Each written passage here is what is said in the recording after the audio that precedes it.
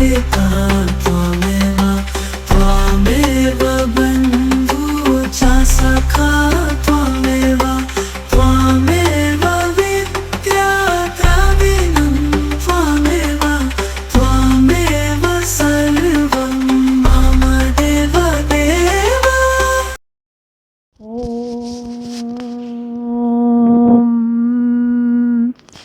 ஸ்ரீ குருப்யோ நமஹ. கைவல்ய நவநீதம் ஸ்ரீ தாண்டவராய சுவாமிகள் அருளியது. தத்துவ விளக்கப்படலம். பாடல் 29. இறைவணக்கம். பொன்னில மாதராசை பொருந்தினர் பொருந்தார் உள்ளம் தன்னில் அந்தரத்தில் ஜீவ சாட்சி மாத்திரமாய் நிற்கும் எந்நிலங்களிலும் மிக்க எழுநிலம் அவற்றின் மேலா நன்னிலம் மருவும் ஏக நாயகன் பதங்கள் போற்றி. பாடல் 29. தோற்றமாம் சக்தி தன்னில் சொல்லிய விண்ணாம் விண்ணில் காற்றதாம் காற்றின் தீயாம் கனலின் நீர் நீரின் மண்ணாம் போற்றும் இவ்வை ஐந்தும் நொய்ய பூதங்கள் என்று பேராம் சாற்றுமற்றிவற்றில் போக சாதன தனு உண்டாகும். இவ்வாறு தோற்றம் ஆவரணம் என்று இதற்கு முந்தைய பாடல்களில் சொல்லப்பட்டது.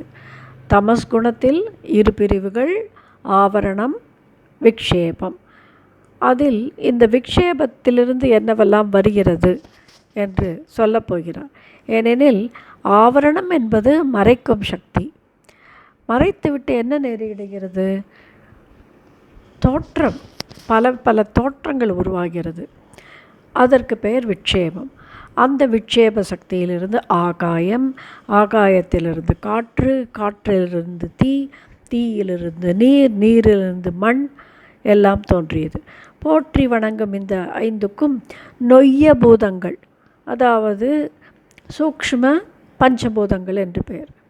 இந்த பஞ்சபூதங்களினால்தான் தனு கரண புவன போக சாதனம் உண்டாயிற்று. அதாவது அனுபவித்து மகிழ்வதற்கு என்று போக சாதனம். தனு என்றால் உடல், கரணம் என்றால் கரணங்கள். அந்த 2ம், அதாவது மனமும் உடம்பும் கொடுத்த பிறகு அனுபவித்து பார்ப்பதற்கு ஒரு இடம் வேண்டுமல்லவா? அதுதான் புவனம். எனவே இவையெல்லாம் போக சாதனங்கள். இவை உண்டாயிற்று. இவை பஞ்சபூதங்களினால்தான் உண்டாயிற்று. உலகம் உண்டானது, இந்த உடம்பு உண்டானது. Substance of the mantra in English.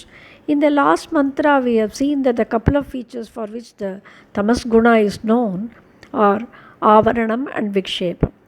While avaranam is the veiling of the original vastu due to ignorance, and the vikshepam is the projection, a recall of the samskara, the imprint from the chit, and fixing it over this original vastu that misguides the sadhaka to imagine the universe and the world as original.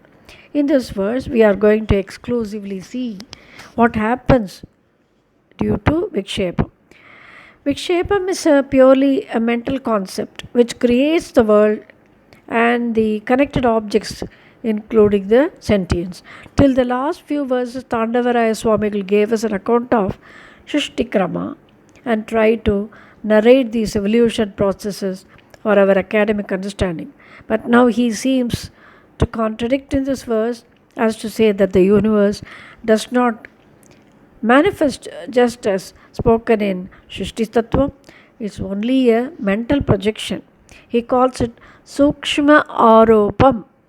And here the formation of the mind through the Tanmatras, the subtle Sukshma Prapancham is initially formed, and then this undergoes grossification to give a Tatrupa Pratyaksha Swarupam.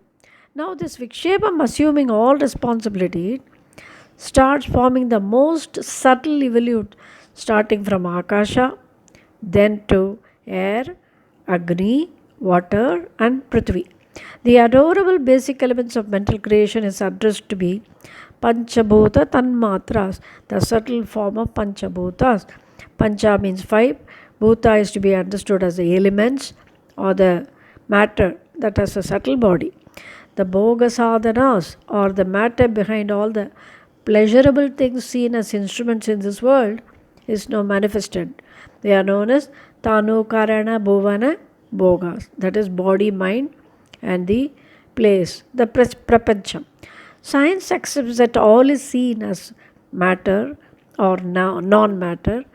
All falls under the ambit of these 5 elements. And these 5 basic elements again fall under Vedanta, the perceptive capacity of 5 sense organs, 5 senses, and the mind. Om Shri Guru Bhyo Namaha.